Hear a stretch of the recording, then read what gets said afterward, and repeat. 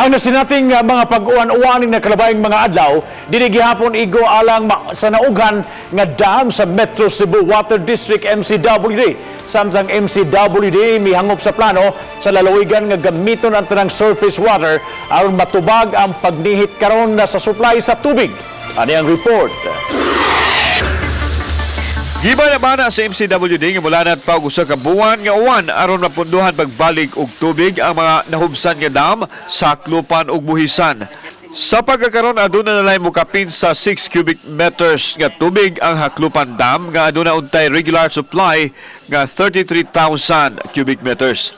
Ang buhisan dam dugay nang wala magamit human mahumsi og tubig. Ato ang customers o atong public nga ang kanimanggong tubig uwan nga atong gisaligan, it is supposed to replenish our stock, no, or our gitawag nato og groundwater reserve. So kinahanglan ta og at least, no, mga 1 month nga continuous rain or kanang gitawag nato nga average rainfall volume na.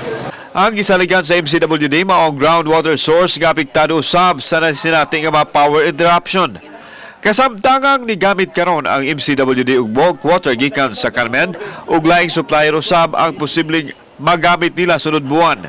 In the last week daghan ta og mga brownouts affecting our wells, both scheduled og mga emergency nga mga brownout. So kani nga mga incidents mo ni siya mo appeal ni siya og maka-affect ni siya sa ato ang pag-produce ng water. Okay? Our wells run on electricity. Gihagop usab sa MCWD ang plano sa lalawigan Sugbo nga gamiton ang tanang surface water aron matubag ang kanihit sa tubig nga nasinati. Samtang sa isyu nga matagan og katungod ang lalawigan sa Sugbo sa pagtudlo sa masakop sa Board of Directors sa MCWD, gitataw sa tigpamama nini nga mag-agad lang kini kung may igong ginaganon nga water connection sa taga lalawigan sa Sugbo. Ang naa sa PD 198 is 75% of the total active water service connections of our local water district, no?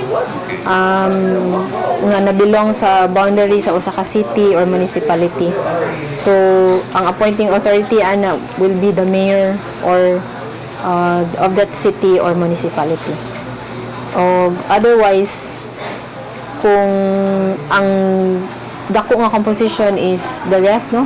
O wala na sud ang city or municipality, the appointing authority shall be the governor of the province. Kauban si John Solon, ako si Alan Domingo, Balitang Bisdak.